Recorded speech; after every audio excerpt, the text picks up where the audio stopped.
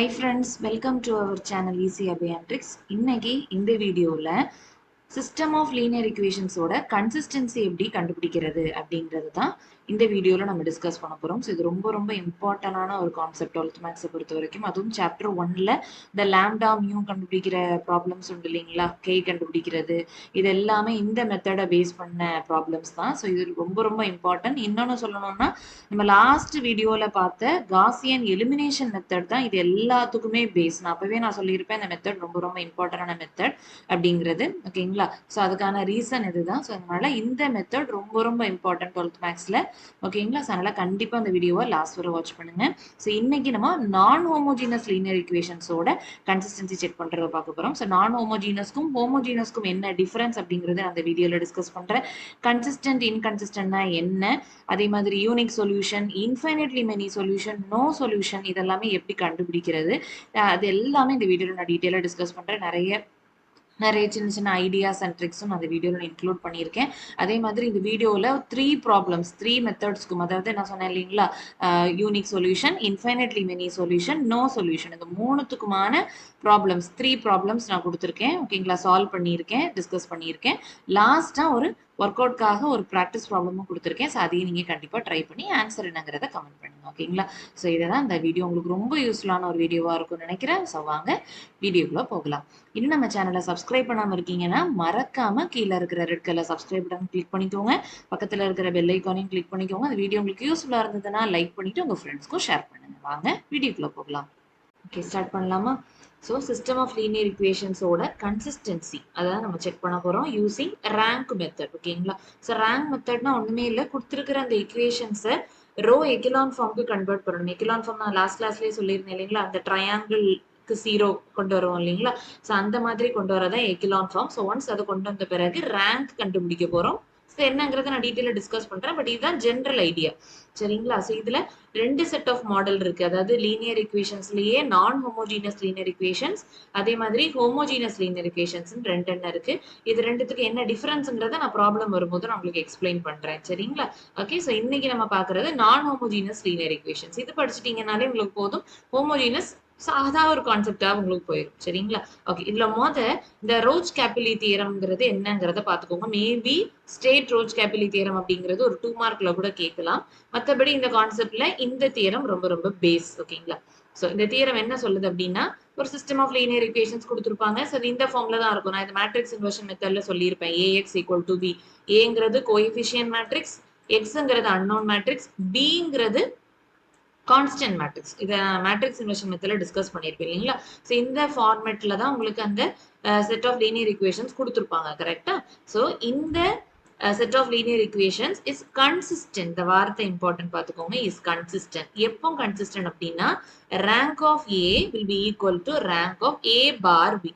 இதுக்கு ஈக்குவலா இருந்ததுன்னா கன்சிஸ்டன்ட். ஓகேங்களா? இதுல இந்த A bar Bங்கிறத ஆகுமெண்டட் மேட்ரிக்ஸ். கரெக்டா? இதை நான் லாஸ்ட் கிளாஸ்லயும் சொல்லியிருந்தேன் இல்லைங்களா, காஸ் ஜோர்டன் மெத்தட்லயும் ஆகுமெண்டட் மேட்ரிக்ஸ் கான்செப்ட் யூஸ் பண்ணியிருப்பாங்க. அங்க A bar I2 போட்டிருப்பாங்க.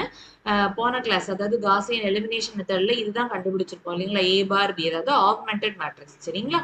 இது அந்த மேட்ரிக்ஸ், அதாவது மெயின் கோஎஃபிஷியன்ட் மேட்ரிக்ஸ் இருக்கு இல்லைங்களா, அந்த மேட்ரிக்ஸோட ரேங்க்குக்கு ஈக்குவலா இருக்கிற பட்சத்துல நம்ம கன்சிஸ்டன்ட்னு சொல்றோம். இதுதான் ஜெனரல் டெஃபினிஷன் ஆஃப் கன்சிஸ்டன்சி. அப்ப கன்சிஸ்டன்ட் அப்படின்னா A bar B ஓட ரேங்க்கும் A ஓட ரேங்க்கும் ஈக்குவலா இருக்கும். இதுதான் ஐடியா. ஈக்குவலா இருந்தாலே கன்சிஸ்டன்ட். அதை தாண்டி unique solution, infinitely many solution, no solution எப்படி வருதுங்கிறத நான் சொல்றேன்.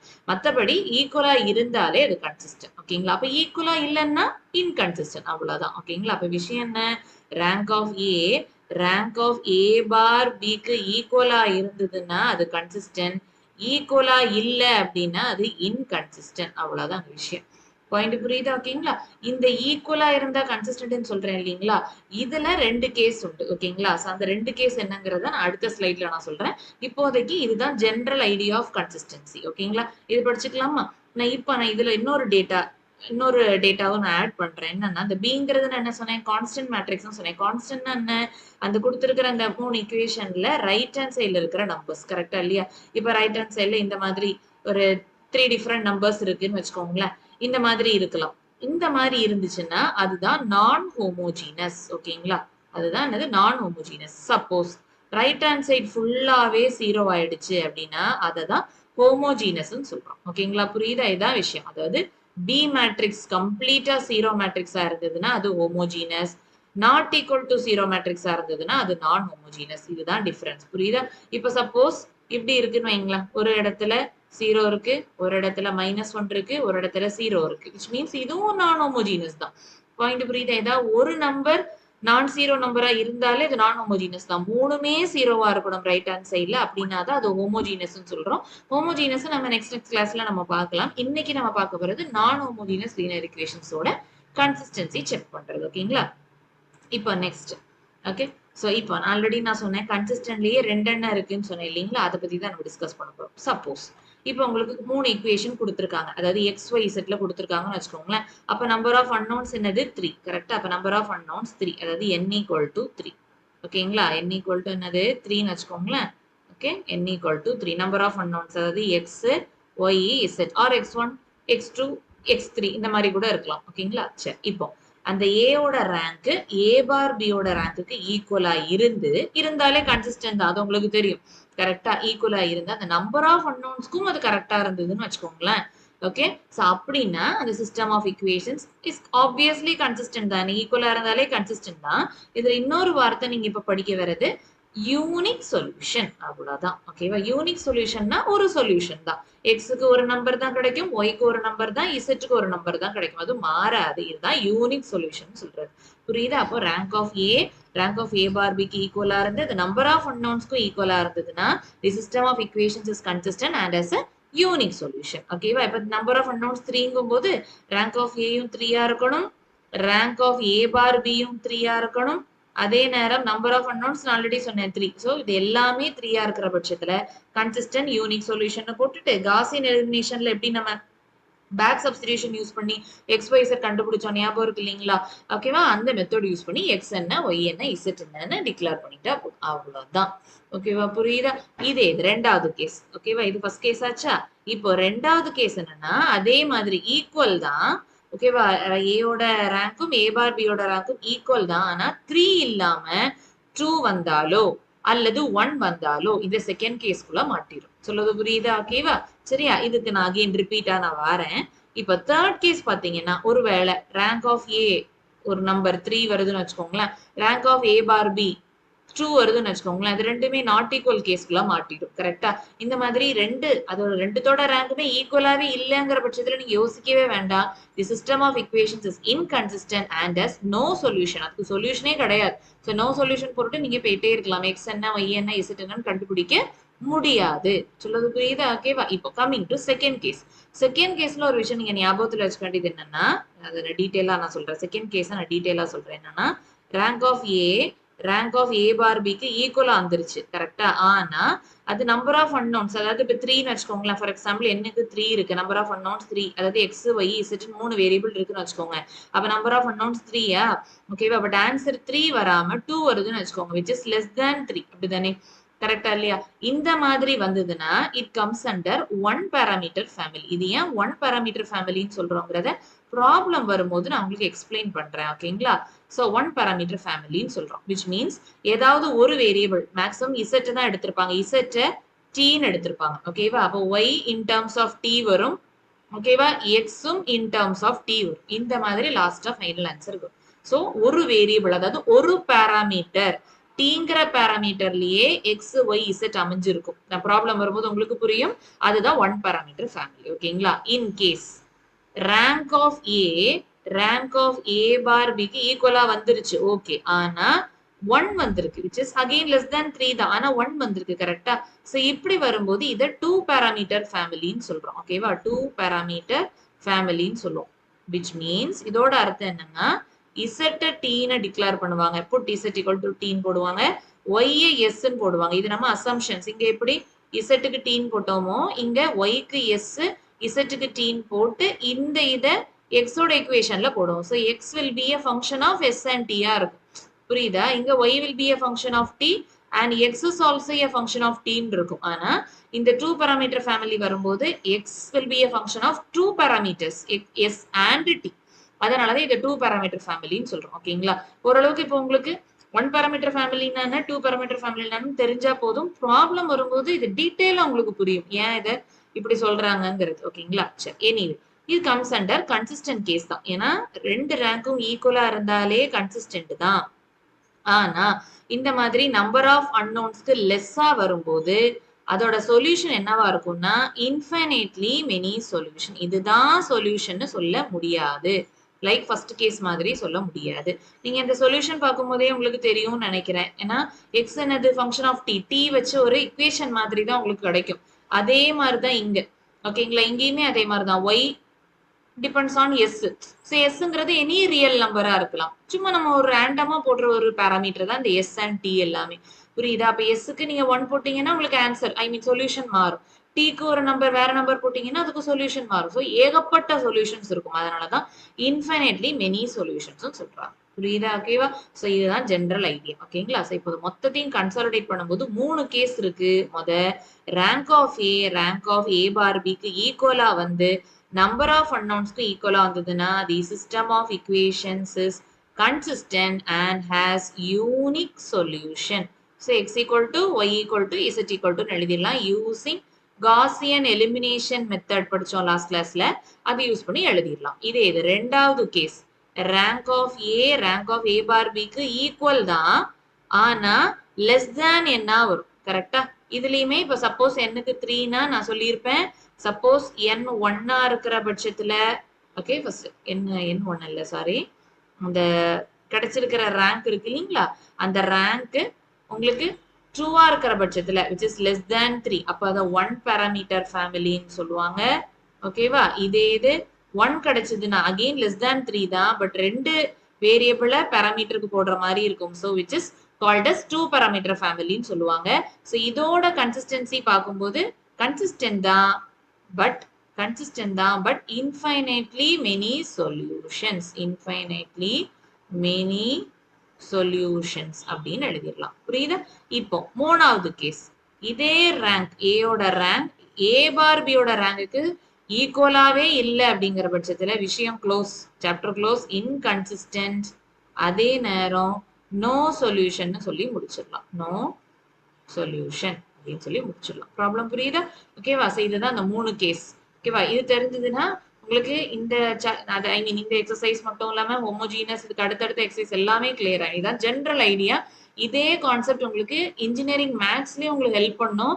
டிஆர்பி எக்ஸாமுக்கு ப்ரிப்பேர் பண்றீங்கன்னா அதுக்குமே உங்களுக்கு இது ஹெல்ப் பண்ணும். அதனால கண்டிப்பா இதை பார்த்து வச்சுக்கோங்க. ஓகேங்களா? இப்போ ப்ராப்ளம்ஸ்குள்ள போகலாம். So first problem பாருங்க. Test for consistency and if possible solve the following system of equations by rank method. ஓகேங்களா? இதுல வேற மெத்தட்ஸ்லாம் ஒன்றும் கிடையாது. இதே ரேங்க் மெத்தட் கான்செப்ட், அதாவது Gaussian elimination method concept use பண்ணி தான் சால்வ் பண்ணுவோம். ஓகேங்களா? சரி, கன்சிஸ்டன்சி செக் பண்ணுங்கன்னு சொல்லிட்டாங்க. ஸோ கண்டிப்பா உங்க சொல்யூஷன்ல கன்சிஸ்டன்டா, இன்கன்சிஸ்டன்டா, அதே மாதிரி நான் சொன்னேன் இல்லையா, யூனிக் சொல்யூஷனா, இன்ஃபினிட்லி மெனி சொல்யூஷனா, நோ சொல்யூஷன், அந்த வார்த்தைகள்லாம் இருக்கணும்.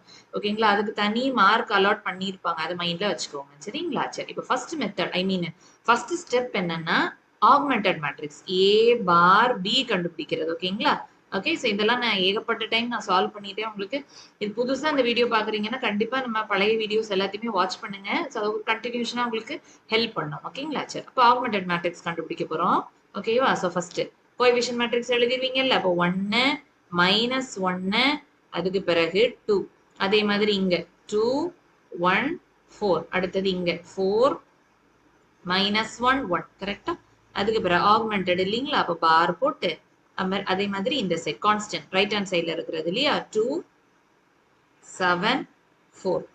ஓகேவா? இதான் ஆக்மெண்டட் மேட்ரிக்ஸ். சரிங்களா? இப்போ இதுல மெயினா நான் எப்போ சொல்றதா இந்த ஃபர்ஸ்ட் எலிமெண்ட் 1 இருக்கான்னு எப்பவுமே செக் பண்ணிக்கோங்க. 1 இருந்ததுன்னா உங்களுக்கு டிரான்ஸ்ஃபர்மேஷன் போடுறதுக்கு ஈஸியா இருக்கும். அதுக்காக தான். ஓகேங்களா? சரி, இப்போ டிரான்ஸ்ஃபர்மேஷன் போட்டுடலாம். நான் நிறைய வீடியோஸ்ல சொல்லிட்டேன். உங்களுக்கு ஈஸியா இருக்கும்னு நினைக்கிறேன்.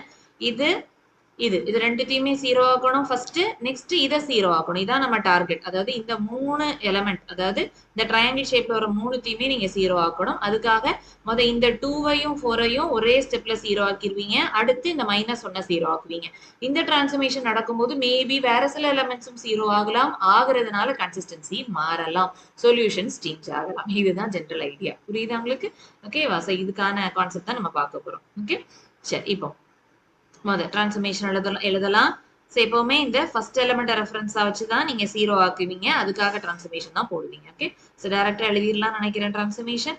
ஸோ R2 இம்ப்ளைஸ் R2, அதாவது இந்த 2 மைனஸ் இந்த ஃபர்ஸ்ட் எலிமெண்ட் 2 ஆல மல்டிப்ளை பண்ணி சப்ராக்ட் பண்ணா 0 ஆயிரும் இல்லையா? 2 மைனஸ் 2 0, சேம் சைன் சப்ராக்ட், அவ்வளவுதான். இந்த கான்செப்ட் எல்லாம் சொல்லியிருப்பேன். So R2 minus 2R1. ஓகேங்களா? அடுத்து R3 அதாவது இந்த 4 கரெக்டா, இந்த 4 வித் ரெஃபரன்ஸ் டு 1 பண்ணணும். கரெக்டா? அப்ப 4 மைனஸ் 4 தானே 0. ஓகேவா? அப்போ R3 implies R3 minus 4R1, அவ்வளவுதான். சொல்லுவது புரியுதா? சோ இதுக்கான இதை எழுதிக்க வேண்டியதான். ஃபர்ஸ்ட் ரோக்கு எந்த டிரான்ஸ்ஃபர்மேஷன் நம்ம போட மாட்டோம். சோ அதை அப்படியே எழுதிக்கோங்க. செகண்ட் ரோ இந்த 2 மைனஸ் 2 ஆப்வியஸா 0 தானே வரும். அதுக்கு பிறகு இந்த எலிமெண்ட் செக் பண்ணிக்கோங்க. ஓகேவா? 1 மைனஸ் 2 இன்டூ மைனஸ் 1, கரெக்டா? 1 மைனஸ் மைனஸ் பிளஸ் ஆயிரும். ஸோ 1 பிளஸ் 2 3 ஆகும். கரெக்டா? அடுத்தது இந்த எலிமெண்ட்ஸ். ஓகேவா? பொறுமையா பண்ணணும். 4 மைனஸ் 2 இன்டூ R1. R1ல கரஸ்பாண்டிங் எலிமெண்ட் என்ன? 2 தானே. அப்போ 4 minus 4, that is 0. Okay, so இந்த எலிமெண்ட் என்ன ஆயிடுச்சு? 0 ஆயிடுச்சு. அகெயின் இந்த 7. ஓகேவா? 7 மைனஸ் 2 இன்டூ R1. R1ஓட கரஸ்பாண்டிங் எலிமெண்ட் 2 தானே. அப்போ 7 மைனஸ் 2 2 சார் 4, தட் இஸ் 3 கிடைக்கும். ஓகேவா? ஸோ இந்த இடத்துல 3 வரும். புரியுதா? அடுத்தது தேர்ட் ரோக்கான டிரான்ஸ்ஃபர்மேஷன். ஆப்வியஸா இந்த ஃபர்ஸ்ட் எலிமெண்ட் 0 தானே ஆகும். அதுக்காக தான் நம்ம பண்ணோம். 4 மைனஸ் 4 0. அடுத்து இந்த எலிமெண்ட்ஸ். ஓகேவா? இந்த எலிமெண்ட்டுக்கு பாத்தீங்கன்னா minus 1 minus 4 into R1. R1 என்னது? மைனஸ் 1. கரெக்டா? அப்போ மைனஸ் 1 மைனஸ் மைனஸ் பிளஸ் ஆகிருமா? 4 மைனஸ் 1 பிளஸ் 4 என்னது? சப்ராக்ட் பண்ணி பெரிய நம்பர் சைன். ஸோ 3 வந்துடும். ஸோ 3. புரியுதா? அடுத்தது இந்த elements. So 1 minus 4 into R1, கரெக்டா? அதாவது 2. So 1 minus 4 2s are 8, subtract பண்ணா பெரிய நம்பர் சைன் போட்டு minus 7 வரும். ஓகேவா? minus 7. அடுத்தது இந்த elements. Okay, 4 minus 4 into R1, corresponding R1 என்னது? 2. Okay, 4 minus 4 2s are 8. So minus 4 வரும். அவ்வளவுதான். ஓகேங்களா? ஓகே, ஸோ நடுவில் இந்த பார், அவ்வளவுதான். ஓகே, ஸோ இப்போ இந்த ரெண்டு எலிமெண்ட்டையும் நம்ம என்ன ஆக்கிட்டோம்? 0 ஆக்கிட்டோம். கரெக்டா? நெக்ஸ்ட் டார்கெட் இந்த எலிமெண்ட்டை 0 ஆக்குறது. அதுக்கான டிரான்ஸ்ஃபர்மேஷன். ஸோ டைரக்டா போட்டுடலாம்னு நினைக்கிறேன். ஈஸி. ஸோ இப்போ ஃபர்ஸ்ட் எலிமெண்ட், ஐ மீன் இந்த ரெண்டுத்தையும் 0 ஆக்குறதுக்கு ஃபர்ஸ்ட் ரோல இருக்கிற ஃபர்ஸ்ட் எலிமெண்ட் ரெஃபரன்ஸ் ஆடுதும். இப்போ இதை 0 ஆக்குறதுக்கு வித் ரெஃபரன்ஸும் செகண்ட் ரோலோட எலிமெண்ட்டை ரெஃபரன்ஸ் ஆக்கணும். ஸோ இப்படி ஈஸி பாத்தீங்களா? 3 இங்கேயும் 3. ஸோ அப்படியே சப்ராக்ட் பண்ணாலும் இந்த எலிமெண்ட் 0 ஆயிரும். கரெக்டா? ஸோ அதான் டிரான்ஸ்ஃபர்மேஷன். புரியுதா? அப்ப R3 implies R3 minus R2, அவ்வளவுதான். ஓகேங்களா? சரியா? ஸோ இப்போ இதுக்கான ஃபைனல் ஸ்டெப் எழுதிட வேண்டியதான். ஃபர்ஸ்ட் ரோ மாறல. So 1 minus 1 2 2. செகண்ட் ரோ மாறல. 0 3 0 3. இப்போ தேர்ட் ரோ மட்டும் மாற போகுது இல்லைங்களா? ஸோ ஃபர்ஸ்ட் எலிமெண்ட் ஆப்வியஸா 0 தான் ஆகும். 0 minus 0. So just subtract. 3 minus 3 0. அடுத்து மைனஸ் 7 மைனஸ் 0 மைனஸ் 7. அடுத்தது மைனஸ் 4 மைனஸ் 3. இப்போ மைனஸ் 7. கரெக்டா? அவ்வளவுதான். ஓகே, இந்த இடத்துல பார் போட்டுட்டு ஓகே மேட்ரிக்ஸ் சிம்பிள், அவ்வளவுதான். ஓகே, ஸோ இதுதான் என்னது? A bar B. சரியா? இப்போ இதுல நீங்க ஞாபகத்துல வச்சுக்க வேண்டியது, இது முடிஞ்சுதா? இப்ப நம்ம எக்லான் ஃபார்முக்கு கொண்டு வந்துட்டோம் இல்லைங்களா? சாதாரண ஐடியா எக்லான் ஃபார்ம் வந்துருச்சா? ஸோ இந்த இடத்துல ட்ரையாங்கிள் ஜீரோஸ் வந்துருச்சு. டார்கெட் அச்சீவ் பண்ணியாச்சு. இப்போ இந்த இடத்துல இருந்து எப்படி மூவ் ஆன் பண்ணணும்னா, காசியன் எலிமினேஷன்ல கொண்டது அதே கான்செப்ட் தான். ஆனா இங்க கன்சிஸ்டன்சி செக் பண்ணுங்கன்னு சொல்லியிருக்காங்க. ஸோ அந்த வார்த்தை எழுதணும் இல்லைங்களா? அதுக்காக ஒரு 2 ஸ்டெப் அடிஷனலா எழுதிட்டு காசியன் எலிமினேஷன் மெத்தட்ல என்ன பண்ணீங்க? பேக் சப்ஸ்டிடியூஷன்ல எக்ஸ்வைஸ் கண்டுபிடிச்சீங்கல்ல, அதே ஸ்டெப் தான். சரிங்களா? சரி, அது எப்படி எழுதணுங்கிறத நான் சொல்றேன். ஓகே, ஸோ இப்ப பாருங்க, இது ஏ மேட்ரிக்ஸா, அதே மாதிரி இது பி மேட்ரிக்ஸா. கரெக்டா?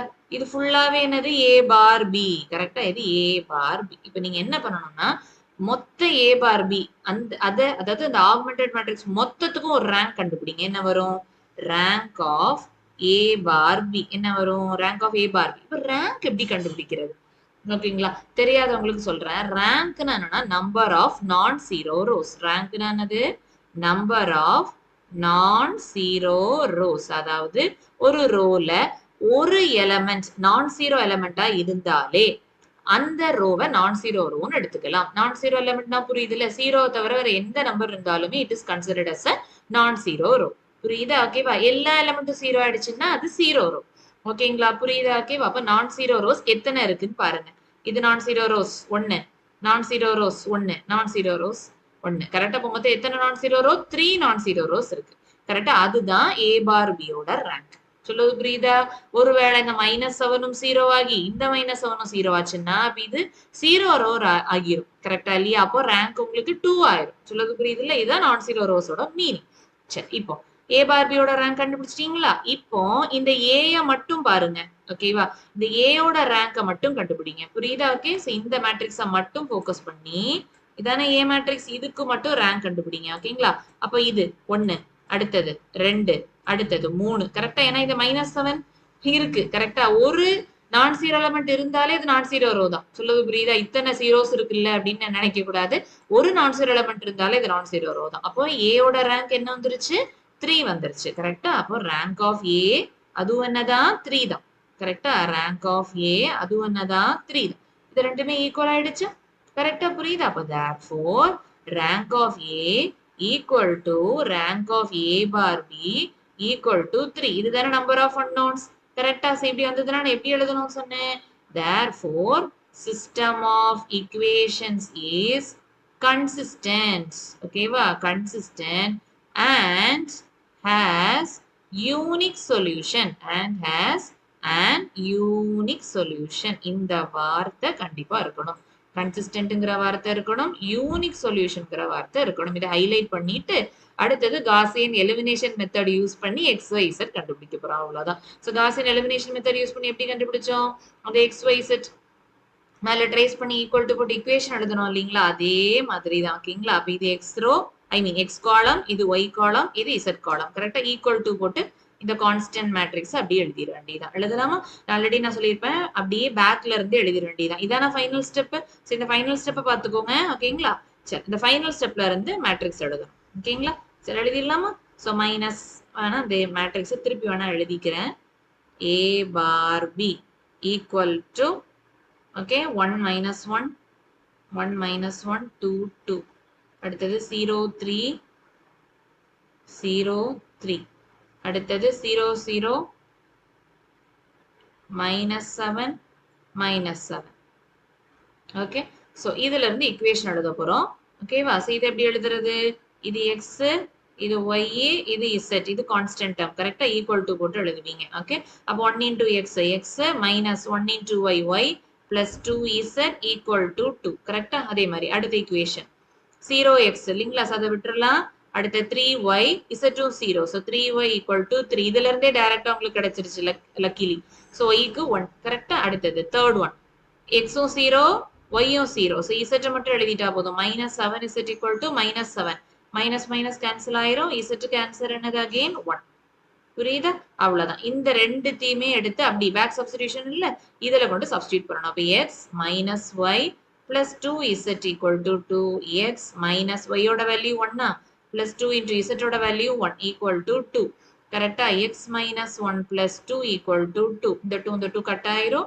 minus 1 அங்க போச்சுன்னா plus 1. so x equal to 1. therefore solution என்ன வரும்? ஃபைனலா x equal to 1, y equal to 1, z என்னது 1. அவ்வளவுதான். ஓகேங்களா? செய்தா ஃபைனல் சொல்யூஷன்ஸ் டிஸ்ப்ளே பண்ணிட்டேன்னா ஆன்சர் ஓ. அவ்வளவுதான். இதுதான் யூனிக் சொல்யூஷன் சொல்றோம். ஒரு ஃபைனலா ஒரு ஆன்சர் வந்திருக்கு இல்ல, இதுதான் யூனிக் சொல்யூஷன் சொல்றோம். புரியுது இல்ல?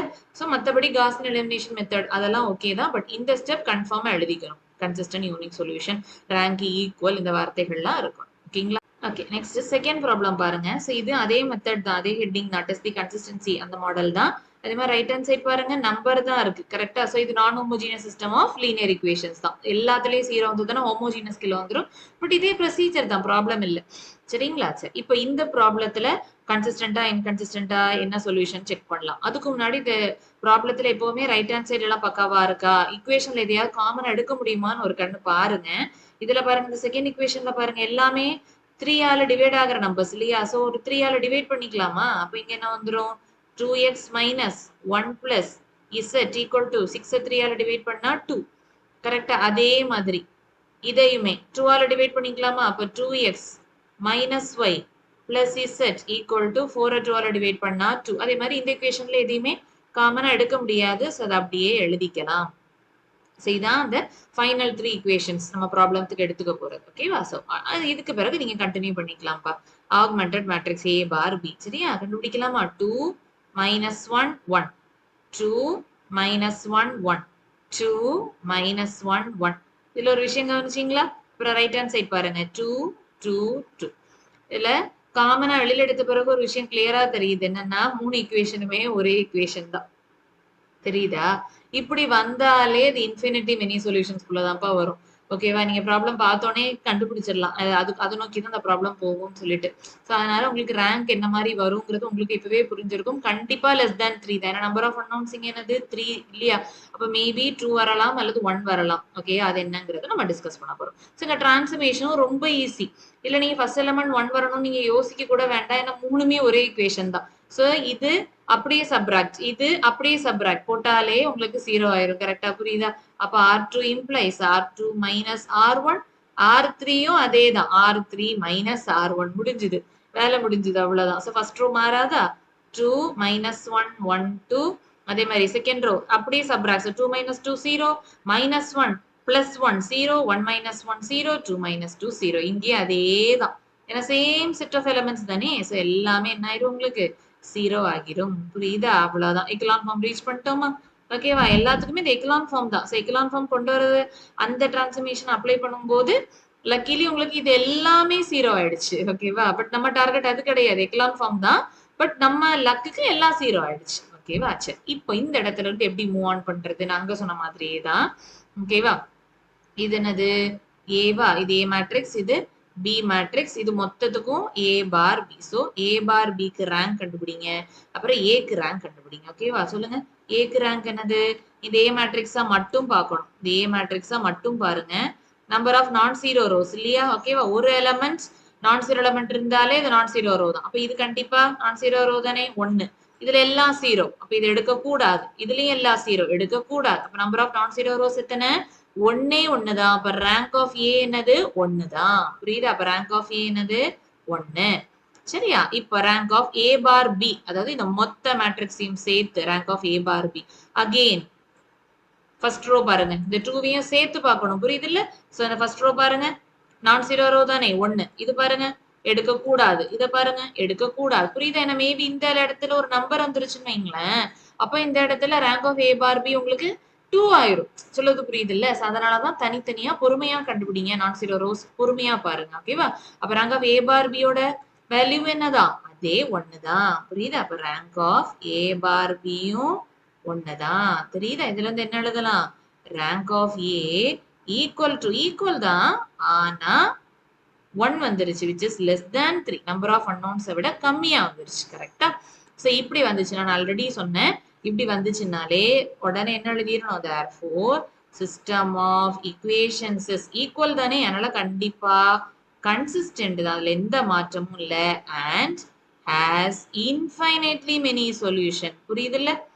infinitely many solutions. இது மறந்துடக்கூடாது. ஓகே, அதே மாதிரி நான் என்ன சொன்னேன்? 1 வந்துருச்சு. So it is a 2 parameter family. இது என்னங்கிறத நான் உங்களுக்கு டீட்டெயிலா எக்ஸ்பிளைன் பண்றேன். சரிங்களா? சரி, இப்போ நான் வழக்கம் போல நம்ம இந்த இதை வச்சு எழுதுவோம் தெரியுமா? இந்த காசியன் எலிமினேஷன் மெத்தட் ஈக்குவேஷன் எழுதுவோம் இல்ல, அந்த மாதிரி இதுல எழுதுங்க பார்க்கலாம். 2x minus y plus z equal to 2. கரெக்டா? இந்த ரோ பார்க்கும்போது இங்கேயும் 0, இங்கேயும் 0. ஓகே, இங்க பார்க்கும்போது இங்கேயும் 0, இங்கேயும் 0. அப்ப கிடைச்ச ஒரே ஈக்குவேஷன் இதுதான். கரெக்டா இல்லையா? அப்ப இதுல 3 வேரியபிள் இருக்கு. சோ நீங்க 2 வேரியபிளுக்கு நீங்க பாராமீட்டர் போட்டு தான் ஆகணும். போட்டு x இன் டர்ம்ஸ் ஆஃப் அந்த 2 பாராமீட்டர்ல எழுதணும். ஓகேவா? அப்ப இது எப்படி எழுதுறதுன்னு பாருங்க. இங்கே எழுதிடுறேன். Put y equal to s, அதே மாதிரி z equal to t. புரியுதா? அப்ப y க்கு s, z க்கு t. 2 சொல்யூஷன் எழுதுன கணக்கு தான். ஓகேவா? இப்போ x கண்டுபிடிக்கணும். இந்த ஈக்குவேஷன்ல போட்டு x கண்டுபிடிக்கணும். சொல்லுங்க. 2x minus y plus z equal to 2. கரெக்டா? So 2x minus y க்கு s அசியூம் பண்ணிட்டோமா?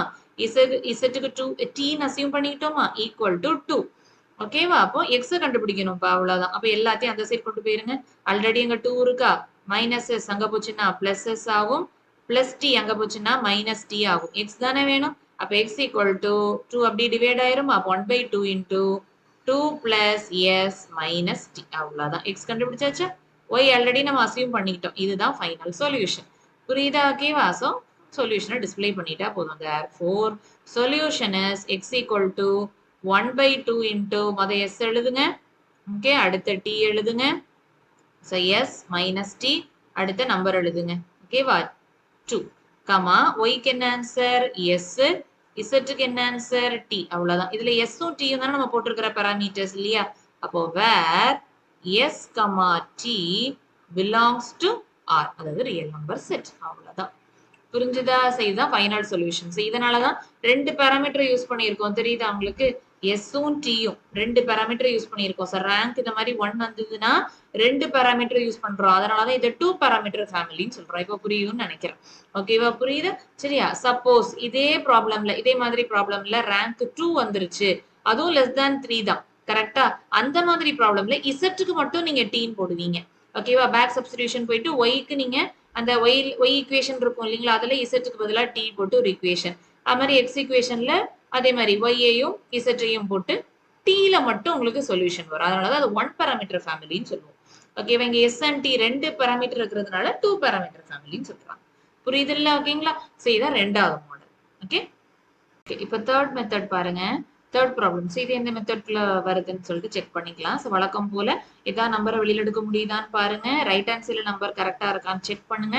பண்ணிட்டு ப்ராப்ளம்குள்ள என்டர் ஆகுங்க. ஓகேங்களா? சரி, இப்போ augmented matrix A bar B கரெக்டா? அதை எழுதிக்கலாமா? 2 2 1 அதே மாதிரி 1 -1 1 அடுத்து 3 1 2 கரெக்டா? அடுத்தது ரைட் ஹேண்ட் சைடுல உள்ள நம்பர்ஸ் 5 1 4, அதாவது பி மேட்ரிக்ஸ் இல்லையா? சரி, நடுவுல பார் போட்டுட்டு உங்களுக்கு பிறகு மேட்ரிக்ஸ் சிம்பிள். ஓகே, சோ நான் எப்பவும் சொல்ற மாதிரி ஃபர்ஸ்ட் எலிமெண்ட்ஸ் ஒன்னா இருக்கான்னு செக் பண்ணிக்கணும். ஒன்னா இல்லாத பட்சத்துல 1 இருக்கிற ரோக்கோ காலத்துக்கோ இன்டர்சேஞ்ச் போட்டுக்கோங்க. சோ இந்த ரெண்டு ரோவையும் இன்டர்சேஞ்ச் பண்ணிக்கலாமா? அதை பண்ணிட்டு அடுத்த எலிமெண்டரி டிரான்ஸ்ஃபர்மேஷன் போடலாம். ஓகேவா? சோ ஒரு சின்ன interchange operation R1 interchange with R2. So உங்களுக்கு என்ன ஆயிரும்? செகண்ட் ரோல உள்ளது ஃபர்ஸ்ட் ரோக்கு மாறும், ஃபர்ஸ்ட் ரோல உள்ளது செகண்ட் ரோக்கு மாறும். அவ்வளவுதான். ஓகேவா? இப்ப தேர்ட் ரோ அப்படியே எழுதிட வேண்டியதான். 3 1 2 4. ஓகேவா? ஸோ இந்த பார் சிம்பிள் போட்டுட்டு இந்த மேட்ரிக்ஸ். ஓகே, ஸோ இப்போ வழக்கம் போல எக்கிலான் ஃபார்முக்கு கொண்டு வரணும். ஸோ எக்கிலான் ஃபார்முங்கும் போது இந்த 3 எலிமெண்ட்டையும் நீங்க 0 ஆக்க ட்ரை பண்ணுவீங்க. கரெக்டா? Using elementary transformations. அதுல முதல் இது ரெண்டுத்தையும் 0 ஆக்குவீங்க. ஒரே டிரான்ஸ்ஃபர்மேஷன் யூஸ் பண்ணி நெக்ஸ்ட் ஸ்டெப்ல இதை 0 ஆக்குவீங்க. ஓகே, இது உங்களுக்கு வழக்கமான அதே கான்செப்ட் தான் நான் சொல்லியிருக்கேன் இல்லையா? ஸோ இது with reference to first element, இது with reference to first element. Okay, so டைரக்டா டிரான்ஸ்ஃபர்மேஷன் போட்டுடலாமா? So R2 implies R2 minus 2 ஆல மல்டிப்ளை பண்ணி சப்ராக்ட் பண்ணாதானே 0 ஆகும். So 2R. அதே மாதிரி R3 implies R3 minus 3R. கரெக்டா? ஸோ இந்த டிரான்ஸ்ஃபர்மேஷனை தான் நம்ம போட போறோம். So A bar B equal to first ரோல எந்த சேஞ்சுமே இல்ல. ஸோ அதை அப்படியே எழுதிக்கலாம். செகண்ட் ரோ பாத்தீங்கன்னா 2 மைனஸ் 2 0வா? இதுல இருந்து கொஞ்சம் பொறுமையா பண்ணுங்க. ஓகேவா? 2 மைனஸ் 2 இன்டு R1 என்ன மைனஸ் 1. அப்ப 2 மைனஸ் மைனஸ் பிளஸ் ஆயிருமா? 2 பிளஸ் 2 4 வரும். ஓகே, அடுத்தது இந்த ரெண்டுத்துக்குமே. ஓகேவா? அப்ப 2 சாரி 1 தானே? Okay, 1 minus 2R1. So 2 into corresponding R1 1. அப்போ 1 minus 2. 1 minus 2 போது minus 1. அடுத்தது இந்த ரெண்டு elements. Okay. So R2 என்னது 5. 5 minus 2 into R1 உங்களுக்கு என்ன வரும்? 1. கரெக்டா? 5 minus 2. That is 3. அவ்வளவுதான். புரிஞ்சுதா? ஓகேவா? இப்போ நெக்ஸ்ட் தேர்ட் ரோக்கான டிரான்ஸ்ஃபர்மேஷன். ஸோ 3 மைனஸ் 3 ஆப்வியஸா 0க்காக தான் போட்டிருக்கோம். இப்போ நெக்ஸ்ட் இது ரெண்டுமே கரெக்டா? 1 மைனஸ் 1. ஓகே, அப்போ 1 minus 3 into minus 1. That is 1 plus 3. 1 plus 3 4 ஆகுமா? ஸோ இங்கேயும் 4. நெக்ஸ்ட் இந்த எலிமெண்ட்ஸ் இல்லையா? Okay, so 2 minus 3 into R1 1 இல்லையா? So 2 minus 3 that is minus 1. அடுத்தது இந்த elements. Okay, 4 minus 3 into 1. 4 minus 3. 4 minus 3 1. அவ்வளவுதான். புரியுதா? நடுவுல இந்த பார்.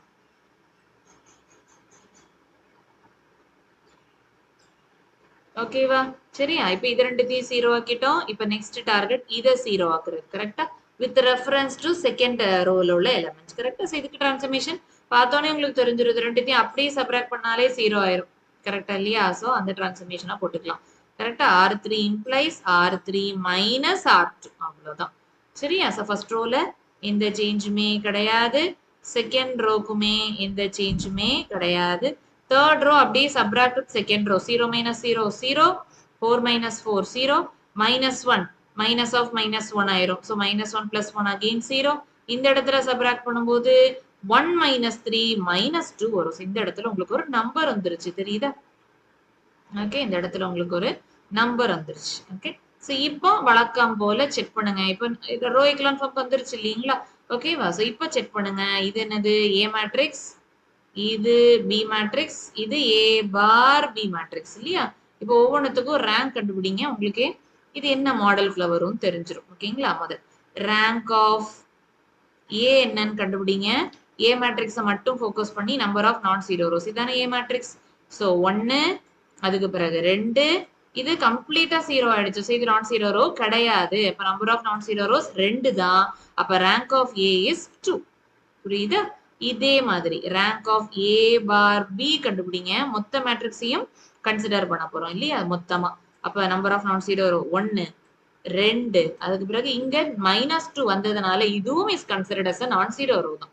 கரெக்டா? அப்போ நம்பர் ஆஃப் non-zero rows 3 ஆயிரும்.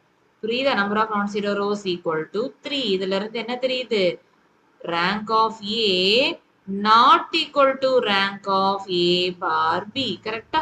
சோ இந்த மாதிரி இருந்தாலும் நீங்க ஒண்ணுமே யோசிக்க வேண்டாம். System of equations is inconsistent and has no solution. அவ்வளவுதான்.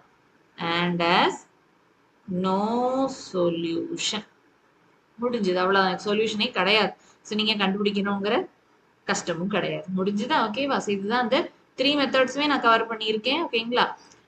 கண்டிப்பா உங்களுக்கு புரிஞ்சிருக்கும்னு நினைக்கிறேன். ஸோ இந்த மாடல்ல உள்ள மற்ற ப்ராப்ளம்ஸும் எக்ஸாம்பிள்ஸ் நிறைய இருக்கு. நான் மேக்ஸிமம் எக்ஸசைஸ் ப்ராப்ளம்ஸாக தான் எடுத்திருக்கேன். எக்ஸாம்பிள்ஸ் கூட நீங்க புக்கை பார்த்து நீங்க பண்ணிக்கலாம். ப்ராப்ளம் இல்லை. எக்ஸசைஸ் ப்ராப்ளம்ஸாக தான் எடுத்துக்கிறேன். ஸோ கண்டிப்பா இதை திருப்பி சால்வ் பண்ணி பாருங்க. உங்களுக்கு ஏதாவது டிஃபிகல்ட்டி இருந்ததுன்னா எப்போனாலும் நீங்க எனக்கு கண்டிப்பா நீங்க ஷேர் பண்ணுங்க. மெயில் ஐடி கொடுத்துருக்கேன். அதுக்கும் நீங்க டவுட்ஸை ஷேர் பண்ணலாம். ஓகேங்களா? இதை முடிச்சுட்டு இது ரிலேட்டடா ஒரு ப்ராப்ளம் கொடுத்துருக்கேன். Test the consistency of the system of linear equations. இதுக்கான ஆன்சர் என்னங்கிறத மறக்காம கீழே கமெண்ட் பண்ணுங்க.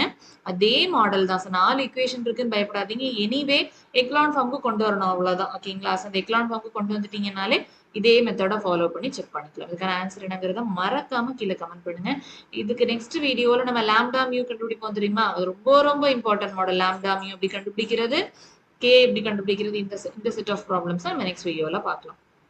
ஓகே, ஸோ கண்டிப்பாக அந்த வீடியோ உங்களுக்கு யூஸ்ஃபுல்லாக இருக்கும்னு நினைக்கிறேன். யூஸ்ஃபுல்லாக இருந்ததுன்னா அந்த வீடியோக்கு ஒரு லைக் கொடுங்க. நம்ம சேனலை சப்ஸ்கிரைப் பண்ணலாம், சப்ஸ்கிரைப் பண்ணிக்கோங்க. உங்கள் ஃப்ரெண்ட்ஸ்க்கு நம்ம வீடியோவை ஷேர் பண்ணுங்க. நெக்ஸ்ட் வீடியோவில் பார்க்கலாம். இது வரைக்கும் தேங்க்யூ.